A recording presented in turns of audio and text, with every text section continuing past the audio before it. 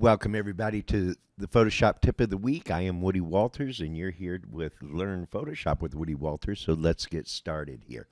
Hey, this week's Photoshop tip is going to be a little bit more advanced than normal. And so, what I'd like you to do this time is I want you to watch the video all the way through.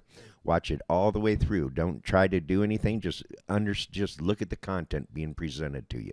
Then I want you to watch it a second time with Photoshop up on your computer. And I want you to watch and do like one or two steps and then put the video on pause and then do it in Photoshop. After you do it, that one or two steps in Photoshop, push play again, do the next 2 and 3 steps, put it on pause, do it in Photoshop. There's going to be a lot of little steps here that I want you to understand and follow through. So let's do that. Okay, so let's get started. I've got this image here of Catwoman. It's a really cool image. You know, Catwoman is perched up here on top of this building. She's in this window. You got the moon behind her, and we got a good edge light going on her. And it's just a really intense image. But what I want to do is I want to add rain to it. And so I'm going to come over here, and we're going to click on a new layer. A new layer. I'm going to click it one time. I'm going to come over here to my swatches. I'm going to make sure that black is up on top.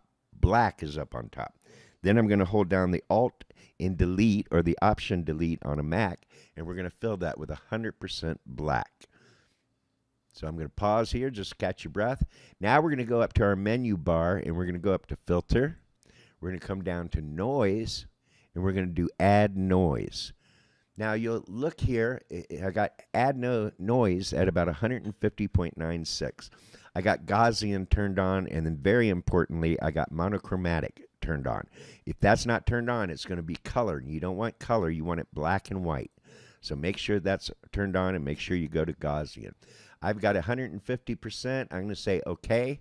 We're going to look at that, and now I'm going to grab my marquee tool, and I'm going to just grab the center of this. And I'm just going to make it about that big. And we're going to say okay, and now I'm going to do Control J. I'm going to copy that. And what that's going to do is now I'm going to turn this off so we can see it, and now I'm going to size that copied layer. So I'm going to do Control T. And this is just making my dots bigger, which is exactly what I want to do. I want to make rain that's bigger.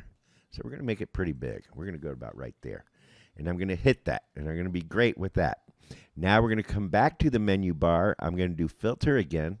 I'm going to come down to Blur, and I'm going to go to Motion Blur.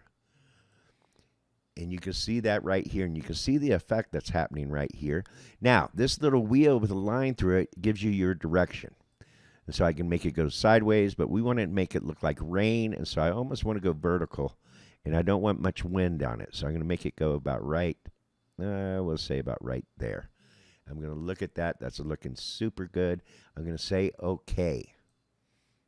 Boom, and then it blurs it. Now I'm going to come down to my adjustment mask, the circle with its half filled and half not. Looks like a yin-yang symbol almost. I'm going to click on that, and we're going to come up to Levels. And we're going to go right there. And now I'm going to clip this layer to that or to this layer. And to do that, because this is an adjustment layer, I only want to affect this layer here. It will affect everything if I don't clip it. I'm going to hold down the Alt key or the Option key, and I'm going to move my pointer right between the two layers until I get a square with a down arrow in it. And so now I'm going to click on that. And now it's clipped. It will only affect this layer. I'm going to come down to this layer, and I'm going to switch it to screen mode. And so I'm going to go from normal down to screen. And now you can see the Catwoman underneath it. Now I'm going to come back up to here, and I'm going to grab my black slider, and I'm going to slide that to the right.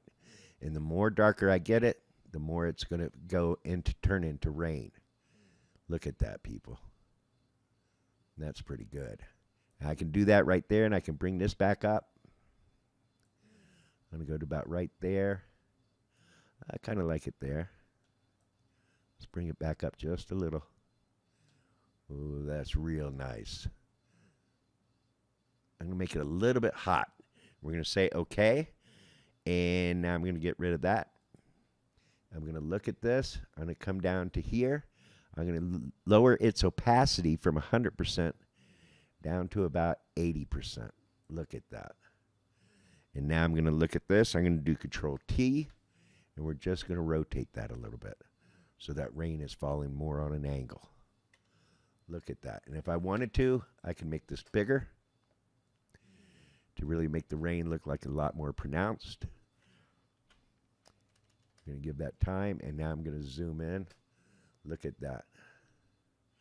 I'm going to go back to my slider because we made it bigger. And I'm going to drop that just a little bit more. Wow. Look at that. Look at that. And so there's a real good example of how to make rain. And again, all we did was we added another layer.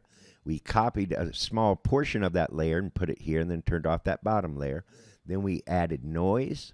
Then we added filter, blur, motion blur. Then we changed its mode from screen. We added an adjustment mask. And then we played with the blacks and clipped that adjustment mask to this layer and to make it go darker in tonal values, so all you see are the whites coming through here. And that's really looking good. Then we also lowered our opacity about 80%. And I can even bring that back up if I wanted to make it really pronounced. And that's pretty good. I'm going to leave it right there at 100. I like that. I like that a lot. And people, I did this with another image of her, different play off. I did it to the dancing in the woods scene, another play off. And I think I did it to the waterfall, another playoff. And so there's just a few other examples of how you can apply this rain look to any image, and it's really kind of cool. Now, what I try to do is to get a backlit type image going on here, and you can tell that she's backlit. And so it really pronounces the rain a lot more. And so you got to think about the treatment of what image you're putting the rain in and how it's going to look with that. But really, it works almost under any circumstances. And so there's your Photoshop tip for the week. People, if you think these tips are helpful to you, you really need to think about joining inside the exclusive group. The educational videos that you're going to be getting every month are just going to be outstanding. It's really going to raise the bar of your knowledge in photography and in Photoshop. And so, yeah, you need to join the discounts that you get, the images that you can post on the site. And then every week I do a video critique of everybody's images. It's so much value in there. So do yourself a favor and join inside the exclusive group. And so until next week, shoot from the heart and shoot with passion. We will see you here at the Photoshop Tip of the Week.